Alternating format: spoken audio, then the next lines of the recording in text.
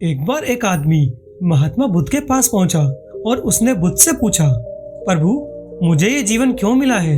इस पूरे संसार में मेरी क्या कीमत है?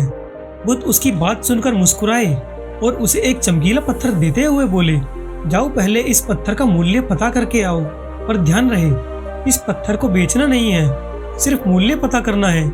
उसके बाद वह आदमी उस पत्थर को लेकर बाजार पहुंचा। वहां जाकर वह उस पत्थर को एक आम वाले को दिखाते हुए बोला, तुम इस पत्थर की क्या कीमत दे सकते हो? आम वाला पत्थर की चमक देखकर समझ गया कि जरूर यह कोई कीमती पत्थर है, लेकिन वह बनावटी आवाज में बोला, देखने में तो यह कुछ खास नहीं लगता, पर मैं इसके बदले 10 आम दे सकता हूँ। इसके बाद वह आदमी पत्थर लेकर आगे बढ़ गया। सामने एक सब्जी वाला था। उसने पत्थर को दिखाते हुए उससे उसका दाम पूछा। पत्थर देखकर सब्जी वाला बोला, मैं इसके बदले तुम्हें एक बोरी आलू दे सकता हूँ। उसके बाद वह आदमी वहां से आगे चल पड़ा। उसे लगा पत्थर कीमती है, इसकी कीमत किसी जोहरी से पता करनी चाहिए। फिर वह एक जोहरी की दुकान पर पहुंचा और जोहरी से उसकी कीमत पूछी।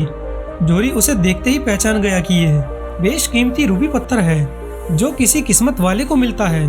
फिर वह बोला, यह पत्थर मुझे दे दो और मुझसे 10,000 रुपये ले लो। अब तक उस आदमी को उस पत्थर की कीमत का अंदाजा हो चुका था। वह बुद्ध के पास लौटने के लिए जैसे ही मुड़ा तो जोहरी उसे रोकते हुए बोला, अरे रुको भाई, मैं इसके 50,000 रुपये दे सकता हूँ। लेकिन वह आदमी फिर भी नहीं रुका। जोहरी किसी भी कीमत पर उस पत्थर को अपने हाथ से नहीं जाने देना चाहता था। वह उछलकर उस आदमी के आगे आ गया और हाथ जोड़कर बोला, तुम यह पत्थर मुझे दे दो, मैं इसके तुम्हें 1 लाख रुपए देने को तैयार हूँ। जैसे ही वह आदमी जोहरी से पीछा छुड़ाकर जाने लगा तो जोहरी ने फिर से आवाज लगाई, ये बेशकीमती पत्थर अनमोल है, तुम इसके जितने पैसे कहोगे मैं दे दूंगा। ये सुनकर वह आदमी हैरान और परेशान हो गया। वह सीधा बुद्ध के पास पहुंचा और उन्हें पत्थर वापस करते हुए सारी बात कह सुनाई। बुद्ध मुस्कुराकर उससे बोले, आम वाले ने इसकी कीमत 10 आम लगाई, सब्जी वाले ने 1 बोरी आलू और जोहरी ने बताया कि यह अनमोल है। इस पत्थर के गुण जिसने जितने समझे उसने उसकी उतनी कीमत लगाई। ऐसे ही यह जीवन है, हर आदमी हीरे के समान है।